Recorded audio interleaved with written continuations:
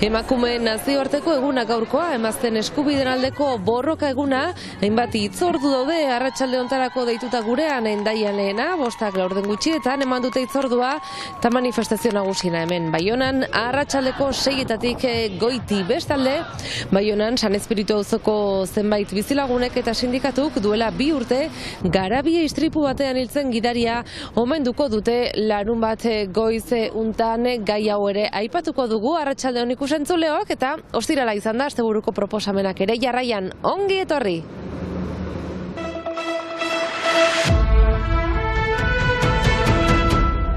Emazteen eskubideen aldeko borroka eta aldarrikapen eguna hainbat hitzordu gurean.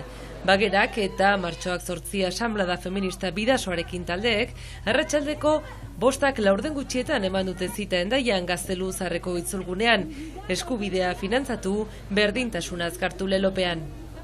Arratsaldeko 6 Baionako manifestazio hasiko da herriko etxean. Mani feminista deitu dutena, emazte eta genero minorizatuek oraino falta dituzten eskubideak aldarrikatzea helburu. Borroka eta besta uztartuko dituen gaualdi bat izan da ostean, planin familialak antolaturik, Baionako Askatasun plazan lehenik, eta Zizpa gaztetxean ondotik, abesbatza, bertso, antzerki eta DJ gisa arituko diren tokiko emazteekin. Bestalde, Donibane Garaziko Boban Zineman 2 film proiektatuak izanen dira emazteen egunaren kari, baita Donapaleun ere.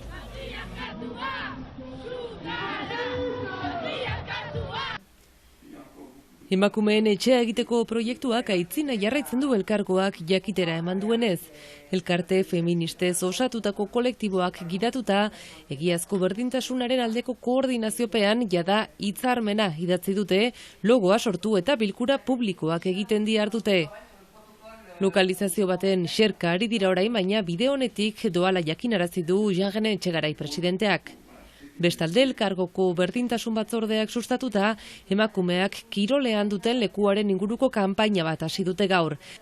Emakumeen kirolean dagoen berdintasun eza argitara emateko xedez, joko olimpikoak jokatuko diren urte hontan bereziki kirol profesionala zarago, amaterrean ere berdintasunik ezagoela salatu nahi du kanpainak.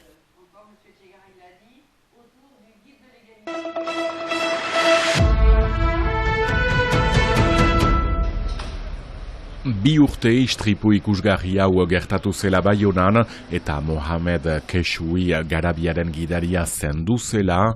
Garabiak ondoko eraikina jo zuen eta bizitegi bat suntsitu, auzokideak talde bat sortu zuten, zer gertatu zen argitu, eta langilearen oroimena zaintzeko, 2 urtean buruan justiziaren ikerketaren ondorioen bea dira beti, eta ez dute bat ere begionez ikusten gune hortan obrak nola egiten ari diren. Larun batuntan ere, sindikatekin batean omenaldia eginen diote hiltzen gizonari. Egia da, momentu hori aprobetsatzen dugula bere memorioa horretarazteko, salatzeko ere gertatutakoa, eta presio bat ere emaiteko, zeren inkesta bat eramana izan da, eta momentukot egia da ez dela datarik audentzia egiteko, eta badakigu epeak zein diren justizian, eta hor ere presioa mantendu nahi dugu, azpimarratuz ez dugula ahazten. Formakuntza hobea eta kontrol gehiago galdetu dituzte, etekinak ezin direla beti langilean bizkar gainean egin, sindikatek salatu dute 2 langile hiltzen direla egun guziz Frantziako estatuan.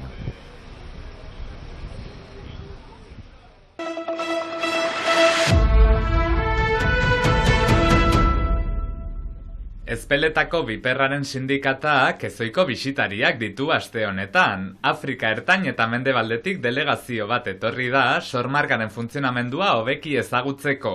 Lurraldeari lotu sormarka batzutan dira, horietan berezitasuna, izaiten aldira laborantzako gauzak, bilketa, hemen pixka bat antzia dugu, hori naturan gauzak biltzen aldira ere, eta artisautza. Eta hor bereziki, dugu oia legile bat, bere arroparekin etorria gainera, heldu dira 5 erresumetatik, Senegal, Guinea, Kamerun, Benin eta Bolikosta. Beraz, handik heldu dira, eta esperantza dugu trukak eta interesgarri bat izanen dela. Haientzat biztan da, baina guretzat ere, guk ere baitugu ikasteko haien esperientziaz. Jabetza intelektualaren Afrikako elkartean 17 herrialde dira kide orotara. Momentuz 14 sormarkek lortu dute izendapen ofiziala, baina lan handia egiten ari dira gehiago izan daitezen. Lau, on transforme le gari, le manioc en gari. Agatek Beningo manioka semola sustatzea du helburu. Esperientziak jasone ditu ezpeletan, eta bertan ikusitakoa bere herrian garatzeko itxaropena du. Etxean bezala sentitzen da gainera. À l'entrée de l'Espelette, quand j'ai vu les collines, je dis waouh, je suis chez moi. Le cacao rouge, c'est le rouge du cacao, il faut démontrer vraiment de manière précise. Fredek Kamerungo kakao gorria inskribatzeko bidean direla aipatzen du. Haien kasuan, kakaoaren gorritasun bereizgarria teknikoki definitzea falta zaie, eta jatorri izendapenerako lurraldea zehaztea. Ezpeleta Karlo horretan egin duen lanak sortzen dio interes handiena. Produktuari balio ematea eta ekoizleen ordainsariak hobetzea du helburu. Une fois à Espelette ici, nous pensons bien apprendre de la gouvernance d'Espelette et la structuration, la communication exactement. Logan aldiz, Ginea Konakritik dator, eta sindikataren gobernantzagiturak eta komunikazioak jo ditu begiz. Ziama kafeari ikusgarritasuna falta zaiolakoan, komunikazioan dute erronkarik handiena bere ustez, eta hemen jasoko du informazioak horretan laguntzea espero du. Suite à cette visite d'étude. Azukrezko ogie anana edota pentsa piperminaren ordezkariak ere etorri dira ezpeletara. Formazio ez gain, bertako ekoizpena ikusi halko dute, etxaldetara bisitak ere egingo dituzte, eta Euskal Herriko beste sormarkak ere erakutsiko dizkiete.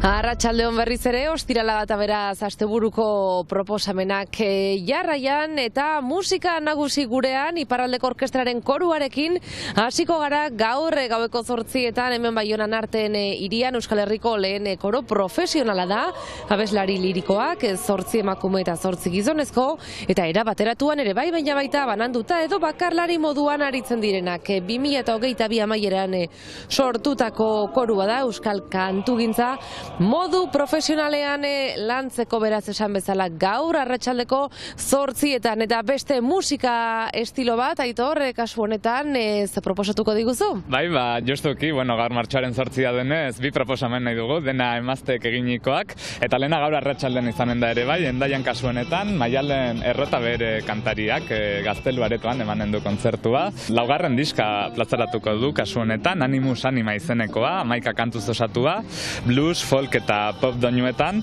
eta nahiko lan aldarrikatzailea ere bai, feminista ere bada, emazte gisa munduak esleitzen dizkion rolak aipagai baititu, hitzordua gaur beraz, Hendaian arratsaldeko 8:30. Eta beste proposamen bat, baina kasu honetan iganderako Neomak taldea izango da. Arratsaldeko 5etan, tankagelan, 7 emazte gaztek osatzen duten Neomak taldea, badakizue, euskal musika tradizionala berrinterpretatu eta berritu dute guztiz, eta igande honetan gainera lehenaldia izango da, estreinako zentzun alko duguna taula gainean, atzo bertan aurkeztu zuten kanta, hor gaude, aurtengo Herri Urratsen kantua izango dena, beraz hortxe aukera, Herri Urratsen aldeko ekimena izango da gainera, beraz hortxe hitzordua arratsaldeko 5etan Donibane Loitzunen igandean. Mila esker Aitor, aste honetan bertan ezagutu dugu Herri Urratsen bideoklipa eta gaur bertan ezagutu dugun beste bideoklip bat noiz arte izenekoa Zetkin taldearen eskutik iparraldeko punk feminista musika taldeak gaur gainera gogoratuko dugu, arratsaldea manifestazioa dago eta gaur martxoaren 8 honen kari ateratako lana izan dela Sabina Urkadek zuzenduta, bikoteko bortizkeriak eta genero indarkeriak ditu gaitzat, intimoa politikoa dela aldarrikatuz, musika taldeak oroitarazi nahi du bikoteko indarkeria sistema patriarkal zabalago batean sartzen dela emakumeen bizitzaren arlo guztietan. Beraz ikusentzuleok gaurkoan bideoklip honekin amaituko dugu saioa, igande goizean itzuliko gara astekariarekin, ongi izan!